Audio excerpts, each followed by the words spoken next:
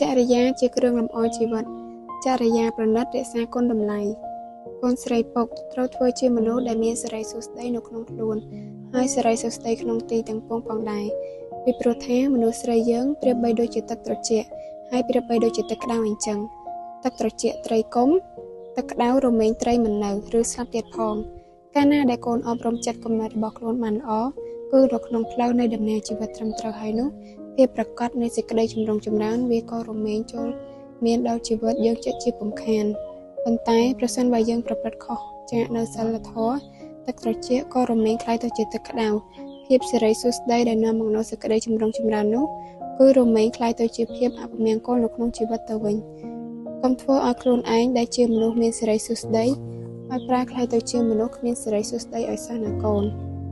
ត្រូវរក្សាតម្លៃនៃសិរីសួស្តីរបស់ខ្លួនឲ្យបានខ្ពង់ខ្ពស់ឧត្តមឧត្តមជាទីបំផុតការដែលចេះបង្កើតគំនិតទូមានព្រានប្រដៅខ្លួនឯងឲ្យសមតាមកន្លងនៃក្បួនច្បាប់ដែលបានចែងមកហើយនោះ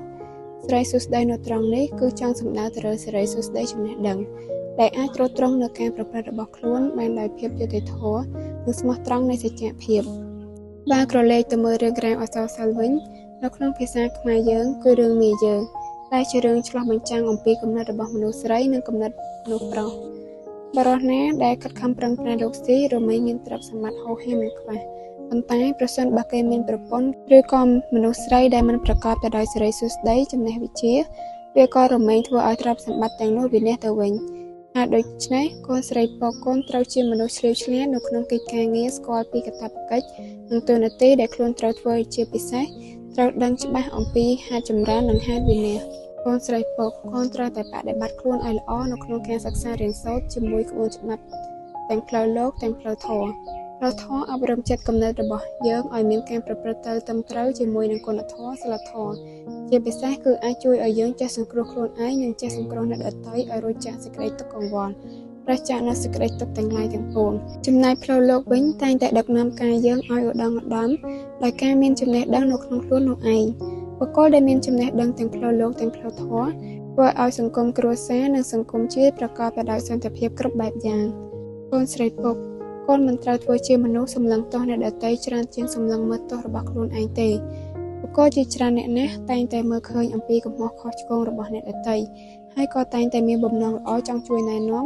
ឬក៏ប្រាប់នៅរាល់កំហុសខុសឆ្គងរបស់គេនោះឲ្យបានដឹងដើម្បីធ្វើឲ្យគេអាចក្លាយទៅជាមនុស្សល្អដើរនៅក្នុងភាពត្រឹមត្រូវវិញការមានបំណងល្អនៅក្នុងការជួយអ្នកដទៃវាគឺជារឿងគួរឲ្យសរសើរខ្លាំងណាស់ប៉ុន្តែទោះបីជាយ៉ាងណាក៏ដោយក៏មិនត្រូវភ្លេចមើលអំពីកំហុសខុសឆ្គងរបស់ខ្លួនឯងឲ្យសោះពីព្រោះសភាពទូទៅរបស់មនុស្សគឺតែងតែមិនដែលមើលឃើញអំពីការខុសឆ្គងរបស់ខ្លួនឯងនោះឡើយវាប្រៀបបីដូចជាយើងពុំអាចមើលឃើញទាំងផ្ទុយភ្នែករបស់ខ្លួនឯងអញ្ចឹងបើកាលណាដែលយើងមិនអាចមើលឃើញអំពីកំហុសខុសឆ្គងរបស់ខ្លួនឯងនោះទេការប្រព្រឹត្តរបស់យើងរមែងមិនមានការផ្លាស់ប្ដូរហើយក៏មិនអាចនឹងប្រព្រឹត្តខុសផងដែរប្រសិនបើយើងប្រព្រឹត្តត្រឹមត្រូវវាមិនមែនជាបញ្ហានៅក្នុងដំណើរជីវិតឡើយប៉ុន្តែខ្លាចតែការប្រព្រឹត្តរបស់យើងវាមិនមែនដើរនៅក្នុងគន្លងនៃផ្លូវដែលត្រឹមត្រូវឬក៏សច្ចភាពដូច្នេះហើយបានជាតម្រូវឲ្យយើងមើលមកខ្លួនឯងឲ្យបានគ្រប់ជ្រុងជ្រោយជាមុនសិនចាំសម្លឹងមើលអ្នកដទៃជាក្រោយក៏មិនតាន់ហួសពេលដែររៀនធ្វើឲ្យខ្លួនឯងក្លាយទៅជាមនុស្សដែលមានទីពឹងសម្រាប់ខ្លួនឯងជាមុនសិនធ្វើដំណើរបន្តទៅផ្ដល់នៅពាក្យទូមានព្រានប្រដៅដល់អ្នកដទៃឲ្យដើរនៅក្នុងផ្លូវសច្ចភាពទើបការទូមានរបស់យើងមានប្រសិទ្ធភាពកូនស្រីពុកកុំធ្វើជាមនុស្សបានតែត្រឹមរស្ដីហើយគ្មានការអនុវត្តឲ្យសោះកូនត្រូវធ្វើជាមនុស្សអនុវត្តរាល់ថ្ងៃដែលខ្លួននិយាយជាមុនសិនកូនត្រូវធ្វើជាមនុស្សអនុវត្តរាល់អ្វីដែលខ្លួននិយាយជាមុនសិនចាំយកទៅប្រាប់អ្នកដទៃយកទៅអនុវត្តជាមួយយើងទើបការធ្វើរបស់យើងមានប្រសិទ្ធភាពឬក៏មិនសូវមានកំហុសខុសឆ្គងនៅពេលដែលកំពុងអនុវត្តដោយសុភាសិតរបស់ខ្មែរយើងលោកបានពោលមកថាប្រដៅអ្នកដទៃបានដោយងាយក៏ប៉ុន្តែប្រសិនបើប្រដៅខ្លួនឯងគឺពិបាកដូចជាអូសអាស័យប្រចាស់ចុងកាលណាដែលគេមិនសង្ស័យចំពោះសមត្ថភាពរបស់យើងហើយការខិតខំប្រឹងប្រែងជួយអ្នកដទៃដោយសុចរិតវាក៏រមែងទទួលផលតាមបំណងប្រាថ្នាផងដែរប្រសិនបើគេពុំទទួលយកនៅពាក្យទូមានព្រានប្រដៅយើងទេកូនស្រីពុកកុំពិបាកចិត្តអីឬខូចចិត្តដោយសារតែគេមិនព្រមស្ដាប់ដំបូន្មានរបស់យើងឲ្យសោះព្រោះមនុស្សយើងមាននិស្ស័យរៀងៗខ្លួនដូច្នេះហើយកូនស្រីពុកកូនត្រឹមតែធ្វើចិត្តឲ្យទូលាយនៅក្នុងការនិយាយដោយក្តីមេត្តាទៅបានហើយនោះចិត្តរបស់កូនក៏រមែងស្ងប់ទៅតាមឧបនិស្ស័យដែលកូនបានមើលឃើញ